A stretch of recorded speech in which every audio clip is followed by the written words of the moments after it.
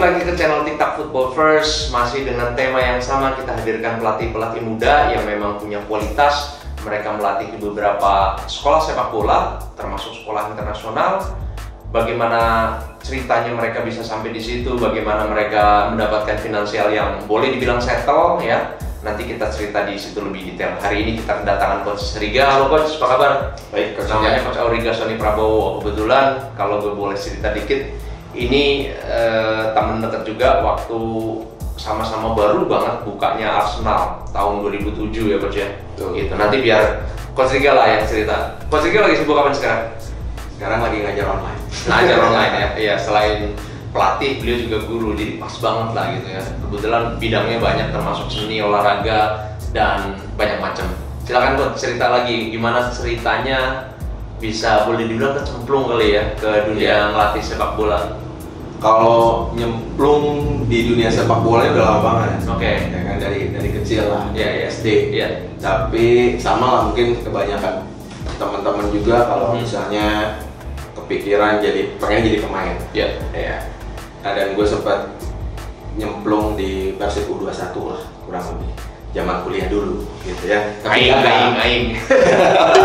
Oke. Tapi gagal, terus ikut terusin kuliah. Nah, dari kuliah sampai kerja nggak terlalu banyak berkecimpung di sepak bola, cuman ngikutin aja. Baru banget benar-benar yang namanya real ngelatih itu ketika ngajar. Jadi awalnya kenapa gue pengen ngajar atau gue pengen jadi guru nih, ya kan? Karena gue ngeliat di sekolah itu gue dapet semuanya apa yang gue suka.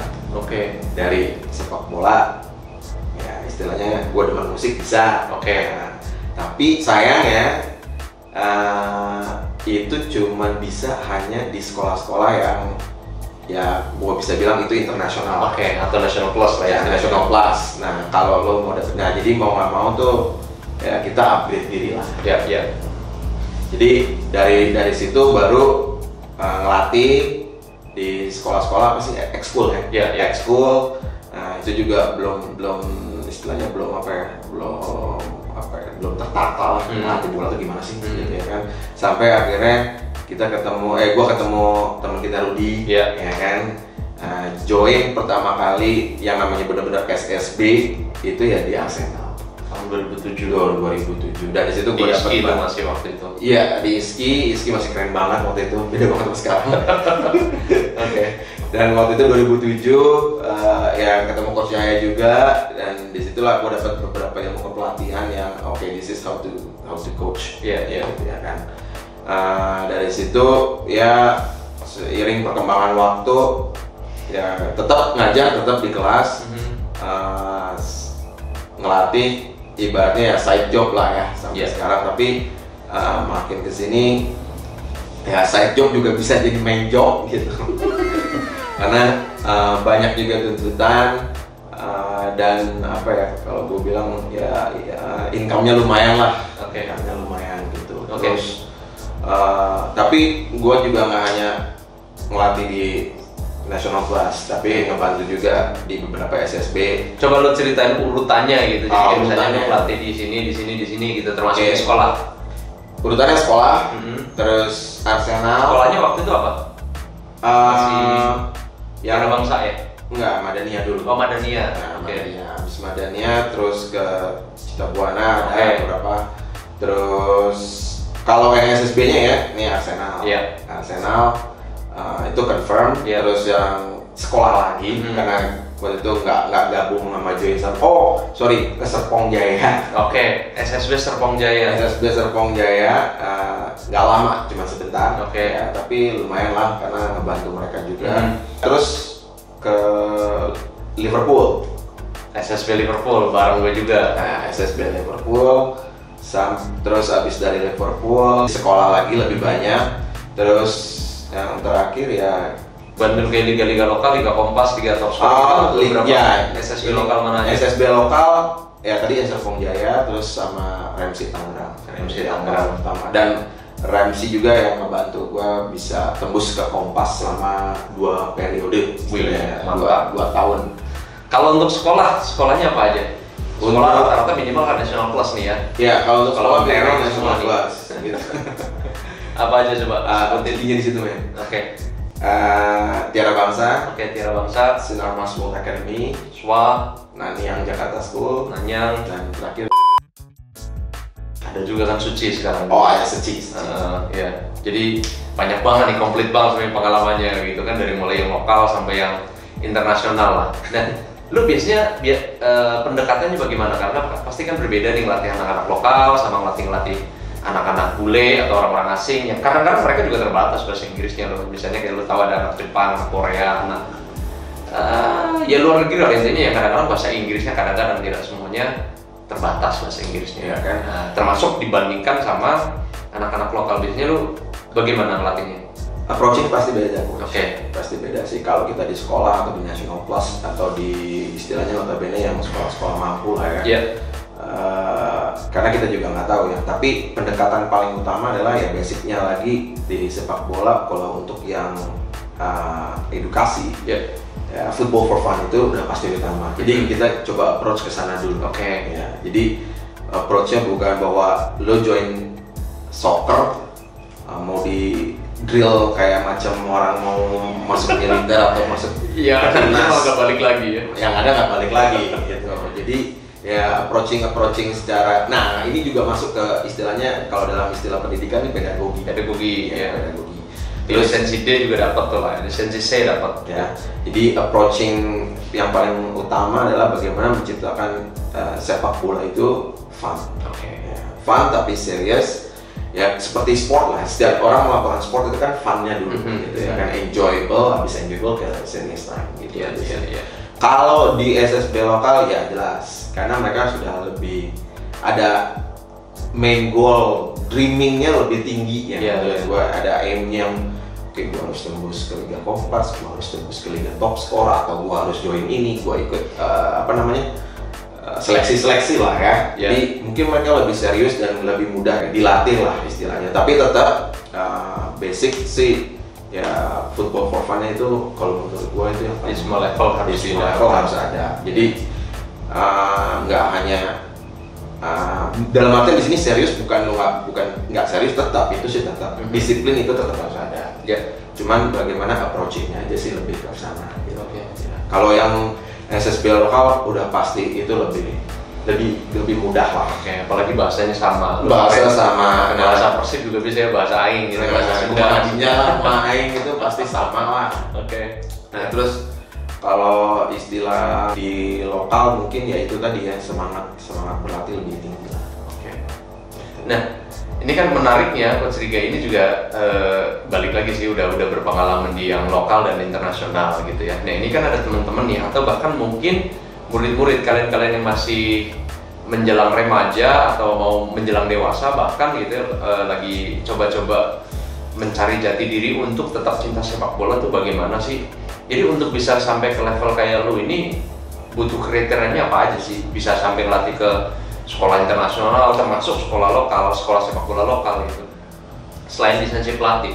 Selain lisensi pelatih, yang pasti passion dulu ya. Oke. Passion itu harus ada. Terus yang kedua mungkin lo harus upgrade dari segi language, bahasa. Karena kalau ya ini maksudnya kita bukan bicara hanya kita melatih di sekolah internasional atau di SSB yang levelnya high gitu ya, tapi kita bicara ya, sepak bola sendiri bahasa universal, dan kita perlu juga sesuatu yang bagaimana sih kita mengatakan sesuatu yang universal itu butuhnya apa ya, tadi language, minimal bahasa Inggris. Karena mau bagaimanapun lo mau jadi pelatih level bawah sampai ke level atas, menurut gua kalau bahasa Inggris bisa dikuasai itu lebih memudahkan lah dalam segi hal komunikasi.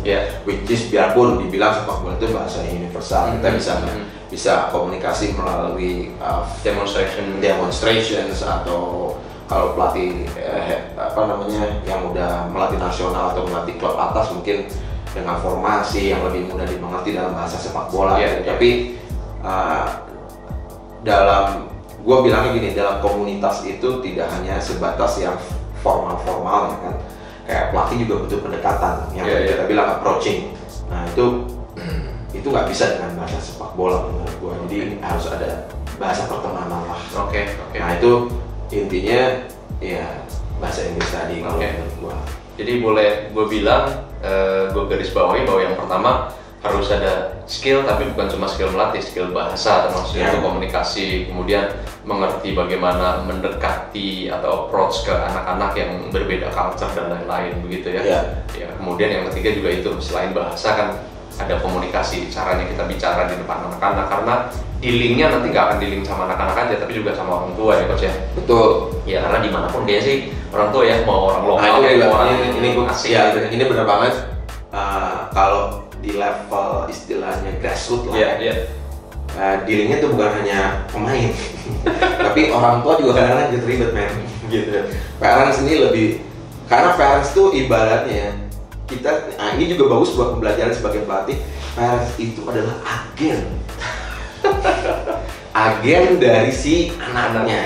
Jadi ini belajar nih sebelum ngadepin agen-agen besar dengan dealing yang miliaran, kita belajar dealing sama parents yang ratusan ribu cuman menyentil banget lah istilahnya. Dan kita juga harus cuma sebentar gitu. Kenapa anak-anak gue cuma cadangan? Nah, itu kayaknya pertanyaan-pertanyaan yang sering kita dengar gitu ya. Nah, coach, dengan bejibunya pengalaman lu ini gitu ya, boleh buka rahasia dapur dikit nggak coach? Kira-kira penghasilan dari sepak bola udah dianggap berapa sih kalau untuk kayak lu sekarang gitu kan?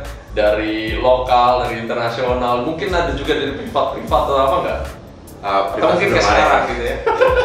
Sekarang kelas online gitu? Kelas online sih ya ada lah ya, ada beberapa. Cuman kalau yang privat soccer gue jujur gue belum sampai sana. Ya, belum sampai sana. Karena bukan tidak mau, tapi gue sendiri. Nah ini buat teman-teman, nah ini nanti arahnya ke sana.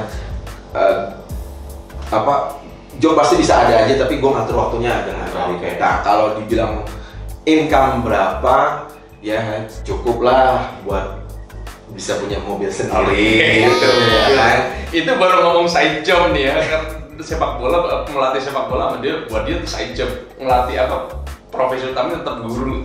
Ya jadi itu cukup. Ya. Jadi jangankan ngomong kebutuhan primer ya, sekunder dan tersier bisa dicicipi dengan sepak bola ya. Bisa banget.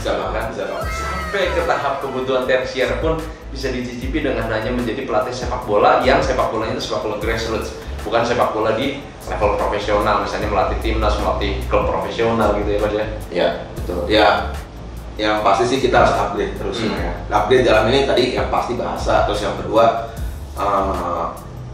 zaman sekarang kan YouTube berjibun ya. Nah, buat lu pada yang masih muda nih dibanding zaman gua dulu untuk dapat informasi ngelatih, gua sampai rela-rela tuh, gue inget banget tuh beli online dari Inggris sekian $, istilahnya ya kan. Itu cuma buat mengupgrade diri lah. Atau kita datangin Om Arjuna ya. Ya, atau Mariga sih sama-sama nih belajar dari Om Arjuna. Kalau nonton Om Arjuna ya, dulu kita sama-sama belajar nih ke Pelita Jaya, datang gitu. Ini cara ngelatih kiper tuh gimana gitu. Gue inget ke Mariga tuh datang gitu, sama Pandi gitu, nanya gitu. Kalau sekarang kan tinggal buka, tinggal apa segala macam banyak ya. Banyak banget. Di TikTok, YouTube, dan TikTok juga banyak. Ya nanti kita sembahin lah, ada persembahkan lah video-video tentang pelatihan dan lain-lain. Coach, ini kan kalau sekolah internasional ada masa jeda nih, break kayak summer break gitu kan. Ya tau lah, lu sih ada pemasukan yang ini kan juga relasinya atau terkaitnya sama bagaimana teman-teman pelatih atau bahkan para pemain cara ngatur cash flow gitu. Apalagi kalau ketemu kayak season di mana kita nggak ngelatih, nggak ada pemasukan yang tadinya lumayan jadi berkurang, atau kayak sekarang nih ada COVID-19, ada corona di mana kita sama sekali nggak bisa ngelatih gitu. Kalau misalnya kita pure cuma ngadil dari ngelatih, ya kita nggak ada pemasukan gitu kan. Jadi memang kita harus pinter-pinter ngatur cash flow. Jadi biasanya sekolah-sekolah internasional itu ada masa libur mungkin bisa sampai 4 bulan loh. Ya, 4 bulan ini lu nggak akan dapat pemasukan yang settle selain lu dapat pemasukan dari pemasukan inti ya. Gitu. Tapi bayangin lu sekarang cuma jadi pelatih bola gitu, lu dapat pemasukan yang tiba-tiba stop mandek di 4 bulan ini. Dalam 12 bulan berarti lu cuma dapat pemasukan 8 bulan. Lu gimana tuh kiat-kiatnya untuk muter cash flow-nya? Kalau muter cash flow bukan jagonya kali. Oke. Ya tapi paling nggak lu ada pos-posnya atau gimana gitu. Atau lu udah ngobrol sama Menteri Keuangan di rumah. Itu bendahara sih. Ya kalau gue pribadi biasanya kalau yang kayak gitu-gitu kita udah nyiapin di awal, nyiapin di awal lah istilahnya. Dan kalau memang amount-nya sampai mau tuh bahasanya dananya dana yang terkumpulnya cukup ya, nih gua saranin ya, lu coba investasi kecil-kecilan. Ya. Jadi buat muter duitnya, bisa lu main di apps, Inventor, main apalah. Kayak gua juga ya, atau lu mencari skill yang lain gitu. Kalau misalnya sekarang yang sendiri gue lagi garap ya memang kelas online untuk digital design ya. Ya, tapi ya itu tadi yang pasti kita harus cari cara lah. Dan kalau memang kebiasaan kita cuma ngelatih dan nggak ada job, ya kita harus atur benar-benar minimal ditabung dulu berapa. Memang itu nanti kalau memang ya cukup buat investasi yang kecil, apa kalau berani main reksadana, atau itu juga. Menurut gue sekarang untuk di reksadana apa di forex itu nggak terlalu besar lah, gitu. Ya bukan ngebandingin sih, tapi kalau misalnya kita dapat dari ya hitungan 5-6 kali ngelatih bisa lah buat masukin ke sana. Karena manajemen resikonya cenderung lebih kecil juga ya. Cenderung manajemen resiko lebih kecil, terus ya lebih bisa ya putar-putar aja. Nah kalau misalnya lo punya keahlian lain kayak memasak ya go ahead, mau bikin apa juga banyak lah gitu. Istilahnya ya pintar-pintar lah menabung, dan itu juga berhubungan dengan Menteri Keuangan. Nah nih, ini menarik banget. Tapi sekarang misalnya ya kita bisa memutar ulang waktu, lu bisa jadi kecil lagi gak? Lu udah sampai ke level sekarang kan, lu udah nyicipin sekarang nih gitu, enaknya jadi pelatih sepak bola walaupun sepak bola grassroots gitu. Seandainya lu bisa kecil lagi, cita-cita lu tetap mau jadi pemain bola atau mungkin bisa nyempil mikir menjadi pelatih bola? Mungkin bisa ya. Mungkin bisa banget karena kalau misalnya gue sekarang ada di umur taruhlah umur 14 deh ya. 14 tahun karena menurut gue kenapa ngambil 14 tahun karena mungkin secara pemikiran dia udah ada pematangannya. Nah mungkin gue akan mencoba ke sana karena plan B-nya lah ya. Mungkin rata-rata memang sebagian besar anak-anak pasti termasuk kita kalau bisa kecil lagi ditanya mau jadi apa, jadi pemain timnas, jadi pemain bola, jadi apa gitu. Plan A-nya adalah menjadi pemain bola, mau jadi pemain profesional. Plan B-nya salah satunya menjadi pemain sepak bola gitu ya. Itu kalau gue hidup di sekarang dengan umur 14 tahun mungkin ya plan B pelatih, tapi ya misalnya gini, gue dapat kesempatan dan gue dapat pendidikan bagus dan gue cinta sepak bola, gue akan lebih luas lagi istilahnya gitu. Kayak misalnya gue nggak tahu ya, teman kita juga ada yang sekarang di Badak Lampung bisa jadi bos di Badak Lampung. Itu ya menurut gue juga kalau keadaan sekarang nih gue dibalikin lagi nih, gue akan lebih berpikir lebih luas lagi gimana sih gue mau grab sepak bola itu lebih oke lagi gitu. Tidak hanya melatih. Mungkin kalau gue suka dengan fashion makanan, mungkin gue bisa jadi chefnya di Manchester United, why not? Ya kan? Dan itu bukan hal yang sepele bro. Jadi bukan masak tapi di Manchester United atau di Barcelona gitu. Atau lu jadi dokter ya, tapi dokter sepak bola itu juga why not gitu.